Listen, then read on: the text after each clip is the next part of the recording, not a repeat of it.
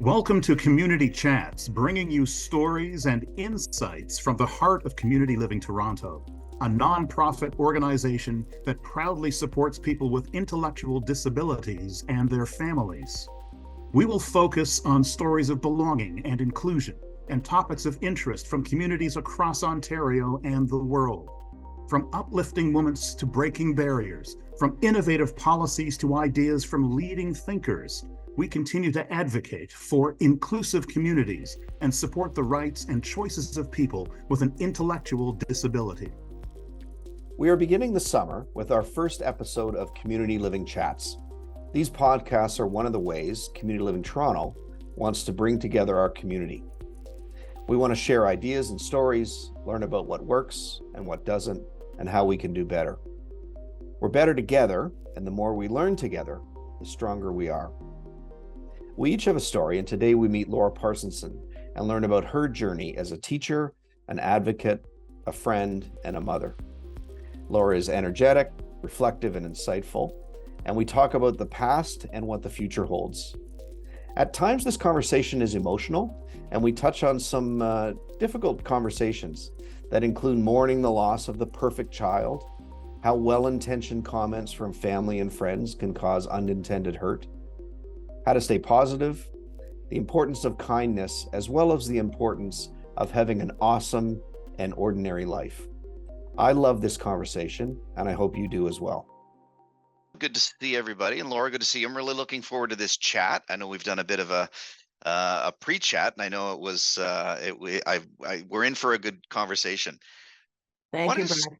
Wanted to start with learning a little bit more about you. Petronella talked a little bit about your long history with Community Living Toronto, but give us a sense of who you are and what you're all about. Thanks, Brad.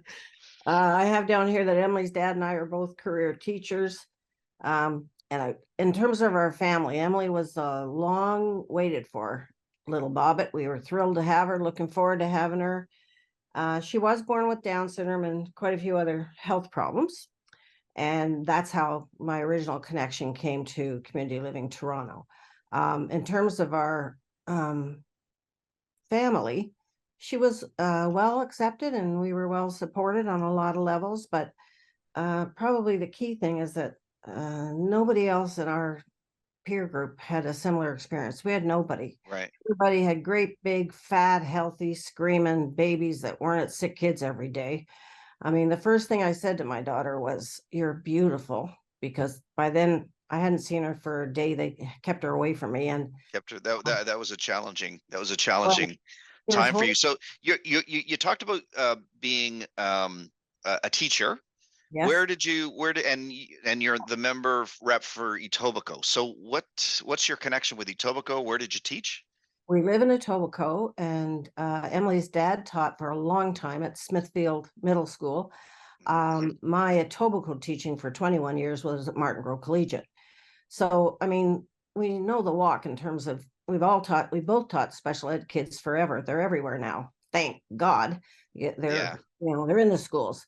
So that was, that's neat. So I'm an Etobicoke person as well. I grew up in Rexdale, and at one of the events that we held, I think at Creative Village, Emily's dad was there, and he knew a bunch of the teachers that taught me when I was a student. So it was kind of cool. And I remember you once had said to me, you were a librarian, right? At some point you became, and you asked me if I knew Marna Yates. Do you remember that?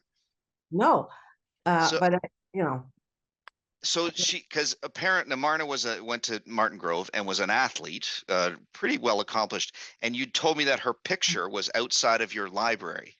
that's true. You're reminding me of that. True. That's very true. 6 degrees of separation. In the end, we're all Florida. Yeah. So a funny, interesting fact is her daughter, whose name is Amanda, is taking the SSW course at George Brown and volunteered. Her placement is with us. And she was at Creative Village and some other. So you're right. It is sort of 6 degrees in a small world. So you mentioned that Emily, when she was born, there were some complications and some challenges. Do you want to talk about what what you experienced there? Sure. so much of it was negative. I hate to dwell in the negative space, but No, I but was, it's part of the story. It's part of it the is. story. She was in the hospital for 11 days. She wasn't really healthy. And I was nuts. So I was asked by everybody, including the lady that emptied the garbage cans, how old I was. So there's just a nice level of guilt there all the time about having a baby when you're 31 with Down syndrome. But anyway, people who tried, really well-intentioned people, came into that hospital and kept telling me, don't worry, they come and they get them and they go away on a bus. And I said to her dad one day, what is it with the bus? Why does everybody keep talking about they take them away? They take them away on a bus. And it drove me nuts. And then there was the ever popular, they're all nice, they're all sweet, they're all, they love music, whatever. Anyway, so I just will have to tell you that I did say to her, first thing I said was, you're so pretty. Second thing I said was, we're going to spend a long time on University Avenue, girl, because my way of dealing with everything is to default to humor. Little did sweet little Emily know that that would be true. And I guess it was because I was comparing her to everybody. All my friends had these great big healthy babies. I mean, I'm way past the stage now where I want to push pregnant women under buses, but I had a time there where I looked at pregnant women smoking and drinking, and I think, I never took a Gravol and I was sick for 9 months and this happened.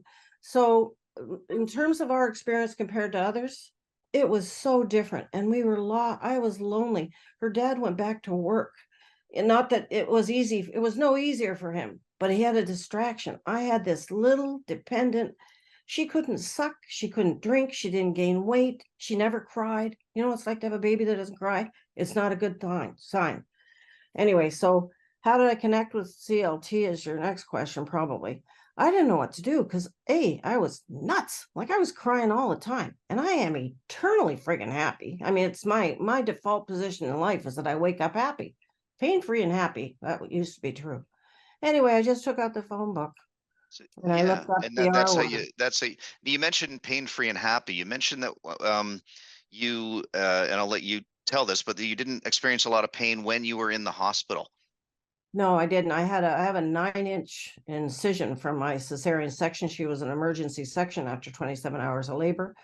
And I never had a minute's worth of pain from that. And every doctor I saw kept saying, what do you mean you don't have pain? I don't know.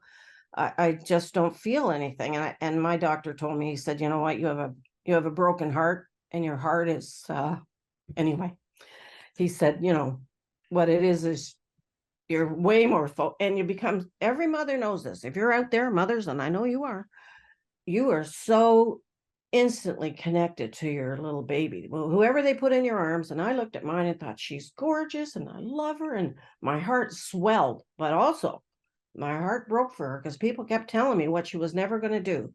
She's never gonna, she won't, she can't, she'll never. Oh my God, it was a lengthy list. And including what her personality was going to be like. When they told me she was going to be happy and cheerful, it annoyed me. I said to her dad, why do they think they can determine her personality on day 3? Do they do that with other parents? What the hell? I hope What she's a nasty little what thing. what would you suggest to parents or friends of parents who were because obviously people said the wrong thing, and I'm assuming that your friends and family weren't trying to intentionally hurt your feelings and say things that were obtuse, but they did. What would you recommend people? So what would have been helpful for you in going through that? Well, that's interesting because sometimes it's not what they do say, it's the omission of what they don't say. Right. Every single person who sees a new baby starts to talk about who they look like. Nobody talked about her looks. Nobody, because it was the elephant in the room. Right. Nobody said she looks just like you. Nobody, not one. And that hurt me. I thought, then the other thing is I had a massive guilt complex about that because you end up mourning the loss of the perfect child. So and I'm very self-aware. I kept inside my head thinking, what am I feeling? What am I feeling? How can I deal with it? How can I deal with it? And when it occurred to me that I was mourning the loss of the perfect child, I thought, well, what did I want? And then I realized I wanted tall, and I'd been told for 2 weeks how short she was going to be. And just so you know, she's 4'11" and a half. I was told I wanted beautiful, and I knew she was because I kept looking at her every day. I kept thinking she's so pretty, but I also wanted athletic. and I wanted smart. It was really important to me that she was going to be achiever and really, really smart. Now, when I had that awareness, I felt shallow. I felt awful, and I had nobody to talk to about that. So what could families do?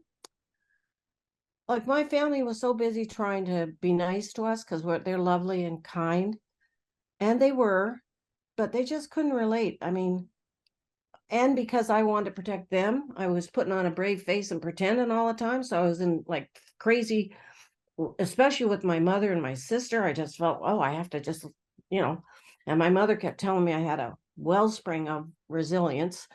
And she's dead now, but God bless her. She gave me great advice. She said, people say things not from a place of malice. And so I have applied that rule over and over and over again for the last 40 years, because they just say dumb things. They don't even know they're dumb. Yeah. My neighbor who said to me, a nice neighbor, 2 doors away, and Emily's about 2 weeks old. She looked down and she said, oh, they're really cute when they're 2. And I looked at her and I said, but she's going to turn 3, right? Because I thought, what the hell does that mean? You know, another thing people do, and this is family and friends. I am trying to get to your question, Brad. No, it's fine. Ask you all the time, people do, how old is she really? Right. Holy mother of God. So she looks one age, but Yeah. people understand So that there's I used to take a long time and say, well, if you mean relating to literacy, she reads at about a grade 2 level. If you mean sexually, she's been ready to date since she was 12. Whatever. If you mean, does she come on to men and, you know, cozy up to them and flirt with everybody, including every surgeon she's ever had? You know, I used to give a long-winded, sort of funny answer, I thought. I don't anymore. That's a great way of looking at it, though, is that there's different disability affects different people differently, and it's not easy to say, well, what's the real age? That's a great answer. And she is sexually, she would honestly, she is all that. But her dad always says to people, she's about 10, because he's not a talker like me. She's about 10. And I've heard him. Just end the conversation, move on to something else. He doesn't want to wallow there. So I tried that recently. I tried, because as you know, Brad, I talk too much. How did that go? I tried to be nice, and I said, well, I guess you'd say she's about 10. And I thought, let's just move away from this so I don't come after you with the jug, you know. And you know what the person said to me? Oh, 10's the perfect age. They're not jaded. They're so nice at 10. And then I did a 180, and I looked back. So it didn't help, eh? The 10-year. Okay. No, I turned and I looked at her and I said, she's 40. She's been 10 for 30 years. Yeah. Think about it. You know, so it didn't work for me. You know, I don't know how I even answer those. But again, I don't think from a place of malice. I'm trying no, that's a good point. People say silly things that are inconsiderate, but not always meaning to do so. No. They just land well, or they don't land well. You talked about you've been very involved with Community Living Toronto. You've been a volunteer, award-winning volunteer with the organization, and you know, a real lion, backbone, advocate. Well, in connected with our Etobicoke Council, Community Council. How did you first get involved with Community Living Toronto? You talked about being in the hospital, not knowing a whole lot, wanting to learn, not knowing where to turn. And so Emily's coming up to a milestone birthday, right? She's 40. Okay, so we're going back a number of decades. So hopefully things have improved. But what brought you to Community Living Toronto? How did you come across us? When I looked in the phone book, and for those of you under 30, it was the way we used to connect to people. Anyway, I don't even know who my intake person was. I wish I remembered that person, because I know they were kind to me. Somebody on intake. Okay, took a lot of information. Somebody connected me to Pilot Parents, which, as you know, is a group of parents who also have children who are developmentally delayed. And then I started going, actually, we both did. We went to some gatherings that they have where parents could connect. Shout out, I have here, shout out to the Bianis, the Reeds, the Zutatis, the Hill families. These are people that at the very beginning, we felt a kinship and a fellowship with that we did not have with our friends and our families. And the idea with pilot parents is that like a pilot in a plane, like Yes, somebody's sort right. of been through this and they're helping. And Colleen posted in the chat that you were one of her pilot parents and they I were was. blessed to have you.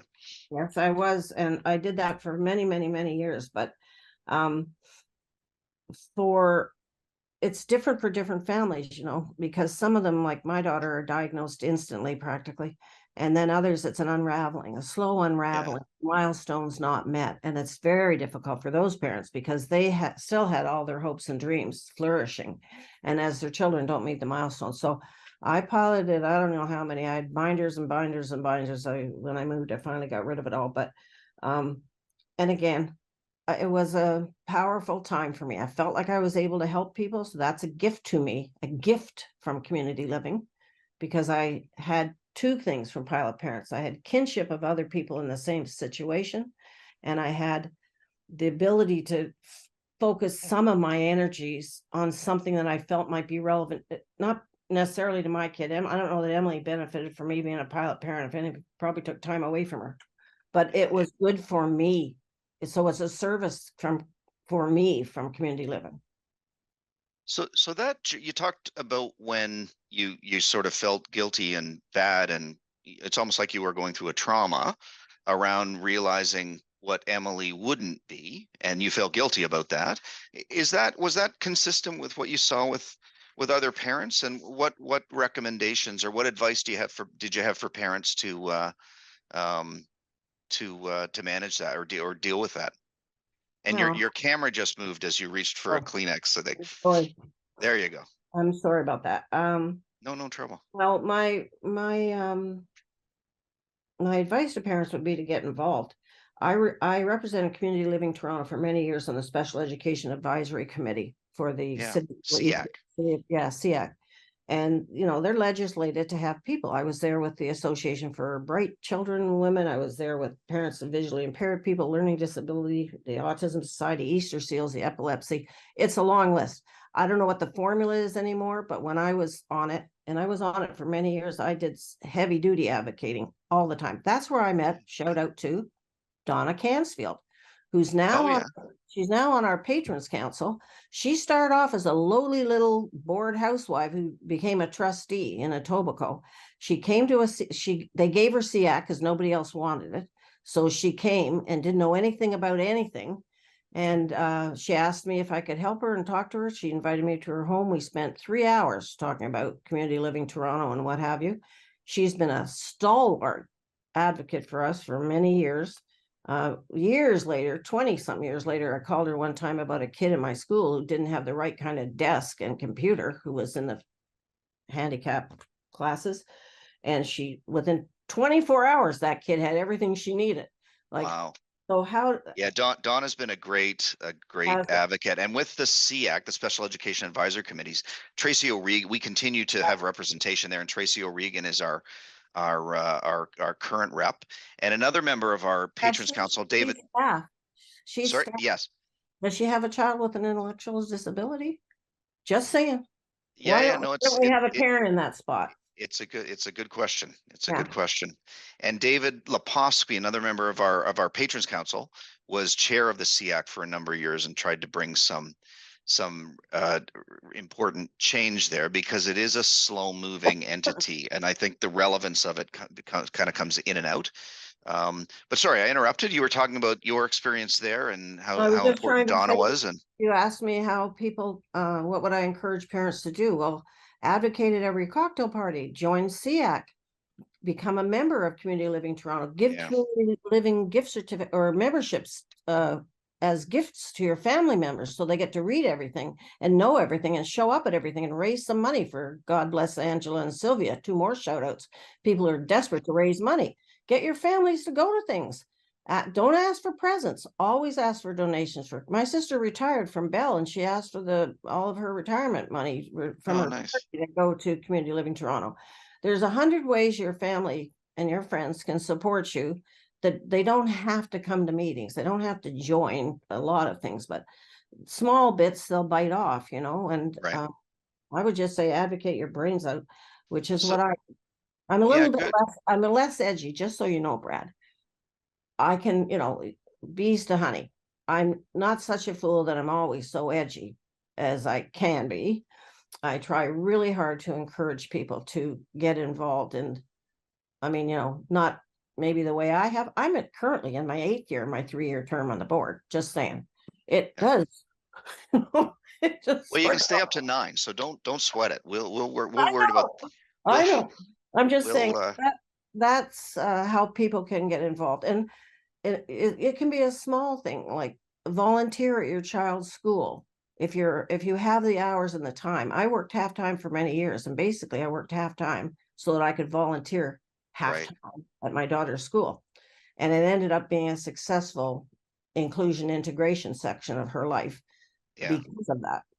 So, that's excellent. That's excellent advice. Thanks for sharing that. Now you talk about, or maybe you could just talk a little bit about what. So Emily didn't meet necessarily all the milestones that you had in mind early, but then when you recalibrated and realized what your life was going to be like, Emily's had a lot of successes, right?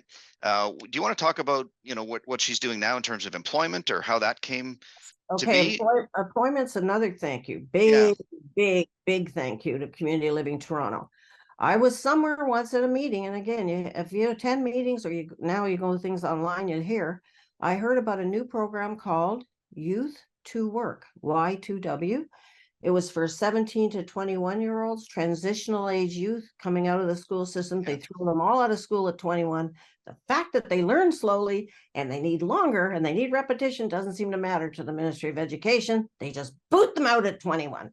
Anyway, when I heard about that, I phoned in and I talked to, again, don't know who the intake person was. They put her name on a list and she became eligible for it. Another shout out. God, I could talk about staff all day. Anne Marie Benetti. God, I love her. Give her a raise. She was Emily's Youth to Work partner. I don't know what you call her, a community living person. She just walked up and down the Queensway. She went into every store and every plaza, cold calls, and found a job for Emily. Before that, she held a circle of support in our home where we invited friends and family, and Emily got to listen to 12 people for 2 hours talk about how wonderful she was. Every strength she had, every wonderful attribute she had. that's And great. it was such an empowering night for Emily. I mean, that I said to Lauren, if nothing comes of this, if she never gets a job, it'll be a highlight in her life because That's great. nobody said what she couldn't do. Everybody there loved her, and and in the end, it parlayed into Anne Marie going out and pounding the pavement and getting her job at Winners. By the way, people shop at Winners. They're very supportive of people with intellectual delays. I mean, does my daughter do the work of somebody else? No, but she gets the same pay. They support her. She's been there 21 20. years. Wow. 21 years. They celebrate her every 5 years and thank her for coming to work. And honestly, there was a time when she wasn't straightening the shoes. She was hiding them in the back room. But she had a support worker. It's the truth. She had a support worker for community living for many years, trying to keep her on track so she could hang on That's to that great. little job. And the value of work, it is the one thing that outsiders see as valuable. If they Right. saw Emily and didn't know what to talk to her about, and they don't, again, not with malice, they just Talk don't about know what to work. say, they would say, "You still at Winners?" And then Yeah. she would say, "Yes, I am. I've been there so many years." I Whatever. I have a poster that keeps turning up in my office, and it's of the two people you mentioned. I've got Emily in the foreground, and Anne Marie Benetti in the background. I think they're doing something with shoes or stocking shelves, but so Emily was part of a big ad campaign that we ran a number of years ago. So I don't know how that poster keeps showing up in my office, but soon after Emery is around, that poster seems to take a more prominent place in the office. So I'm so that's thankful great. for community living for that, because it's weird how people don't ask her about her volunteer work. And her volunteer work was also supported. It came out of that circle of support. Yeah, For over 15 years, she worked at a senior's home with support from shout out to Kathy Bachatek, God bless her, she's gone. And shout out to Suzanne Correa, who was also, they were support workers at that senior's home. Suzanne's still here. Yeah, She's still here. Yeah, she's Yep. somewhere else now. But I want to try to think about staff, because for so many things relating to Emily. If she didn't have CLT support, she wouldn't have gotten her foot in the door, Yeah. if you understand me. And in I our do. So in our house, service is important. The volunteer work in our house is just as important to us as that's paid, right. but it's not to the rest of the dumb world. They all think money's the only thing, you know? Yeah. We got about a minute or two. Okay. So I wanted we had a lights presentation earlier, and you shared some news a little while ago. Do you want to speak about what's next for Emily So- and for your Yep, I family? will. So we, over 10 years ago with the Laura Star, shout out to staff, we tried to connect with lights. More recently during COVID, I took every course offered by the Housing Navigator. The one in our area is Alexandra Shannon, shout out to her, took every great. single free course she offered. Reached out to Frances McNeil, shout out to her. She's a CLT person who's running around the city and drumming up housing for everybody all the time. And, you know, it's, I don't know when we connected with Mike and Tom. I can't tell you exactly, but I have notes. I could look it up, and they have really helped us in the last little while. I attended, I think, 4 or 5 different networking sessions. Emily's dad came to one, and through the Lights family, I mean, sorry, Brad, but just to put it in perspective, I was told many, many, many years ago by people older than me, put her on the housing list on her 18th birthday. I did, May 4th, 2001. Let me repeat. 22 years ago, I put her on the housing list for a group home or SIL, supported independent living. Right. Still waiting for that call. There's nobody calling because the list is now long and it includes everybody. It includes homeless. Well, and it's based on crisis, right? Yeah, So it's a and it very used to be reactive most list. in need. Now it's gotten into crisis. It's Yeah. unfortunate. So Emily signed up for Lights. Is that? She signed up for Lights. They helped us, the guys there helped us network with other families. I mean, we did everything. We tried really hard. We advertised at community colleges looking for a support worker, a live-in support worker, a friendly housemate. Advertised on Indeed, which is the old Workopolis or the new Workopolis. We Emily took the How to Be a Good Roommate course. I don't know if it was CLT, yeah. Christian Horizons, I can't remember. We advertise on Connectability, which for you parents out there listening, go to the CLT website and look at Connectability and see if you can hook up with other families. Honestly, didn't get too far there, but we tried. We took. So what's the plan for her moving? Or what do you want to share around what? The plan for, I'll share anything. The plan for her moving, and you asked me earlier about why we said we wanted to plan for an awesome ordinary life for her. I actually stole that phrase.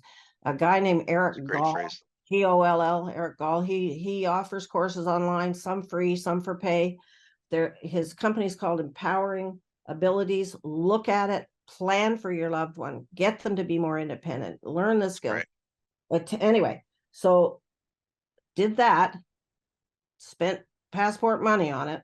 It helped, but bigger than that was the all of the help from Mike Adair and Tom Gaspar at Lights currently. I had a couple of people who used to be on the board whose families have benefited from Lights, and they kept encouraging us to try. Give it a look. Yeah. Yeah. So recently, now back to Mike. It was Mike Adair, and they offered us something. Like, we also entered all the housing lotteries for the city of Toronto. So we put her on the rent geared to income list. We did it all, but we were getting nowhere. Then comes Mike Adair and Tom Gaspar. And we are the family that they just talked about, where one young woman and her caregiver live in a 3-bedroom apartment, and the 3rd bedroom became free. And they thought that the young woman, 32-year-old, would be a good roommate for our daughter. Now, I, of course, gave them grief because it's in North York, which is geographically unsuitable. It's a GU. I don't want to live in North York. It means nothing to me. And we didn't want Emily that far away from us. But God bless that Mike Adair. He said, he said, please listen, Laura, please. And I said, okay, what do you want to say? And then he gave me a little drill and he said, when this doesn't work out for families, it's because of a lack of compatibility. It's not usually finances. It's not geography. And he said, So I, the compatibility was key and you were able to find that, and he match. asked us Right. to change our order of operations and to really consider this girl that they thought would be a good compatible match family. She is also, well, she's short. She's short, but she's sweet and lovely and kind. And she has so many things. Okay. Also, Excellent. the full-time caregiver is already there, already negotiated and figured out and planned with the other family. So that thing that third piece of my puzzle that I've worked so hard to find exists in North York. I can't even tell you what a bonus that was. North York is a great part of the city. And so Laura, we're out of time. Okay, But good. this has been a fascinating discussion. You are an inspiration, as is Emily and Lauren, around what you've the example you've set for all of us. And when you shared your news about Emily, I think it was at a board meeting. The smile, I mean, you're often smiling, but the smile on your face, I just felt your joy as you shared that news. It was really great. I'm going to give you the last word, but it's got to be a sentence because we're tight. So we've been celebrating belonging as part of our 75th anniversary. In a sentence, to wrap things up, what does belonging mean to you? I love you, Brad. That's not my sentence. My sentence would be, I would think it would have to be something to do. Okay. It would be that Emily is going to achieve her, oh boy, I can use commas and ands and everything. Oh, yeah. Emily is going to achieve her dreams because of the people from Lights who have helped us, and Community Living who have provided us with all kinds of support. And we are going to be able to transition her while we're alive. So she doesn't have to do this. She doesn't have to be wrenched from her home and all of that while she's grieving us. We're going to be able to transition her slowly, thanks in great part to Community Living Toronto. Period. That's Done. good. More of a paragraph than a sentence, but thank you. There's lots of positive comments in the chat. A run-on sentence. Yes. If you were a teacher with a red pen like I've got, you would have made. But fantastic. Thank you. Thanks for sharing and your openness and for everything you've done over the years. Thank you. Emily, Laura, and Lauren have had an interesting journey together, and I hope that you found their story both inspirational and informative. We will be sharing more of these conversations, and we'd love your feedback. Please leave a comment, rate us where you get your podcasts or on our YouTube channel, and please subscribe so you don't miss the next one. Thanks, and see you next time.